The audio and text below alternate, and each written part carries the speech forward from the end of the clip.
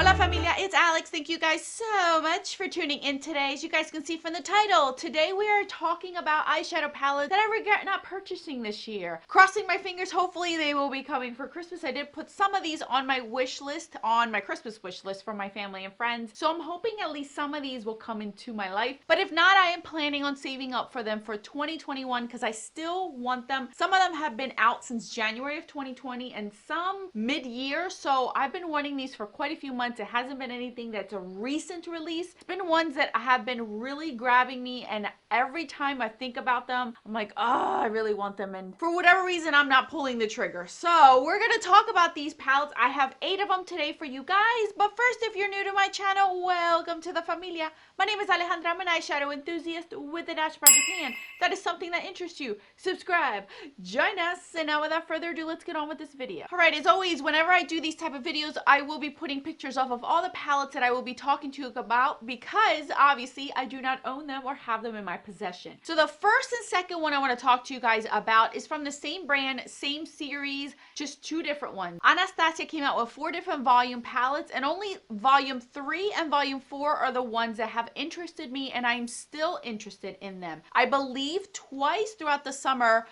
at least the third one had been on sale for $30 and I missed it. I was so upset. I went to go get it and it was already sold out. It sold out within seconds, so I never even got a chance to get it. I have been dying for these 2. I don't know, there's something about these 2 that I really enjoy. I think that the volume 3 is more of like my summer palette, and then volume 4 is more of like my winterish type of palette. Volume 1 and 2 never really spoke to me, and I never really jumped on it when they first came out, but when I saw 3 and 4, that's when I really wanted them. And I still want them, and they've been out for quite some time, and I'm still interested in these 2. The third one I want to mention to you guys is one that I have mentioned already in previous videos.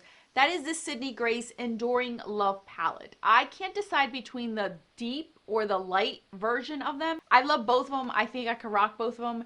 Either one, it doesn't really faze me. I think I have to look at the comparison pictures, but I do want this palette. I think it's beautiful. I think it goes nicely with my winter type of vibe going on. Now that I have the Tiny Marvels, I feel like I really want the Enduring one now. And I didn't get it. It was released of January of this year, but because it was right after the holidays, I did not want to spend any money. The first 3 months of the year, typically I don't spend any money on makeup. I just try to use what I've gotten for the holiday season for Black Friday, and that's exactly what I did here. And then I never really took the plunge. Not even for Black Friday did I. I did place an order for Sydney Grace, but it wasn't anything for me, so I didn't end up getting it, even though at the time I think it was about $30 some, and I should have gotten it then. The fourth one I want to mention is something that I've been going back and forth with, and that is the Sugar Pill Fun Size palette. The reason why I didn't get this is because I have so many colorful shadows, but I feel like I still want this one. There's something about it. I don't know if it's the size or the fact that I do like Sugar Pill's formula of their shadows, but there's something about this palette. Maybe it's the cute little kitten in the front. I don't know what it is, but every time I see somebody bring it up, I am wanting it again and again, and it's something that I did never took the plunge on. I don't even know if it's still available on Ulta's website, if it's even still available in general, but it's still one of those colorful palettes that I wish I would have gotten because it was like to the point, enough what I would like, something to just grab onto, and it's not like all shimmer shades. It's more matte, vibrant shades that I know I can use and incorporate with my other looks that I like. Number 5, this is another one that I just keep wanting to get, and I keep wanting this one over and over and over, and I was just reminded of it again recently. That is the Sigma Enchanted palette. Out of all the Sigma palettes, I think that the Enchanted one is my number 1. I am dying to get my hands on, and the Corda Rosa. But I feel like this Enchanted one is by far more of the one that I want. There's something about this color story. I just like it. It reminds me of fairies. Exactly what the title says, Enchanted. Just reminds me of fairies and that whole entire like fantasy type of look. I really want it. I don't know why I didn't look at it at Black Friday. I was very, very particular with this Black Friday sale this past year due to everything going on. I was very specific on what I wanted, what I was looking for, and this is not one that I remember to even look for, and I'm so bummed out. Maybe I'll find a sale throughout 2021 that Sigma will have that I can finally get this palette. Number 6 is one that I was very, very close of getting, but something held me back, and even when I look back at pictures of it, I think I would have used this one quite a bit, and that's the ColourPop Mulan collection palette. It's very neutral, but it was like deep and sultry, and it had those really cool shimmery shadows in it, and there's something about this palette that just draws me in. I don't know if it was the red packaging or the red colors in the browns. I don't know, but it wasn't your typical neutral browns. It was more of a punch, like more of a sultry type of palette. And I was so close of getting it during the restock recently a few months ago, but I told myself, no, Alex, don't do it, don't do it.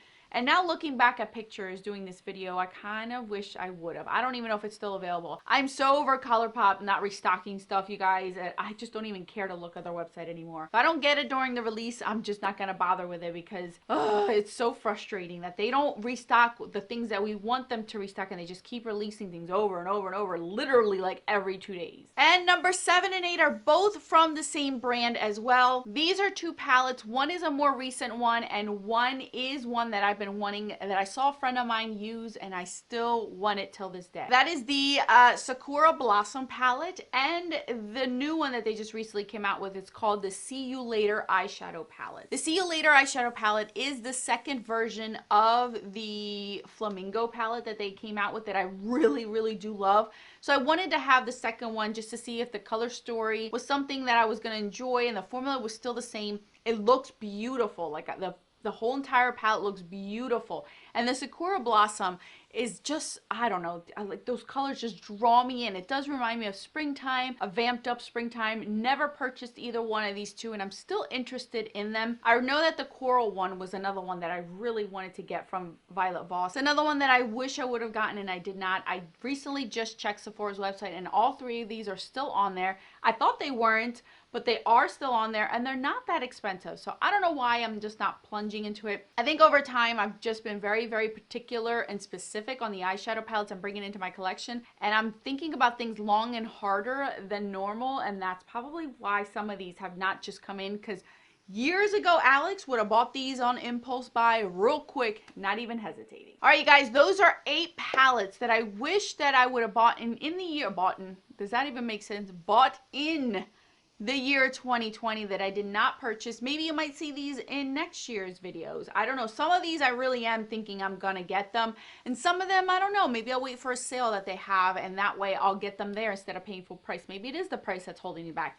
I don't know what it is. But thank you guys so much for watching. I will link these down in the description box if any of you guys are interested. If any of you guys own any of these and I should or should not get them, let me know in the comment section too, because your reviews always help me to go for something or not go for something whenever I don't have it yet and I haven't reviewed it for you guys. So anyway, I will catch you guys in these videos right over here. Until then, bye guys.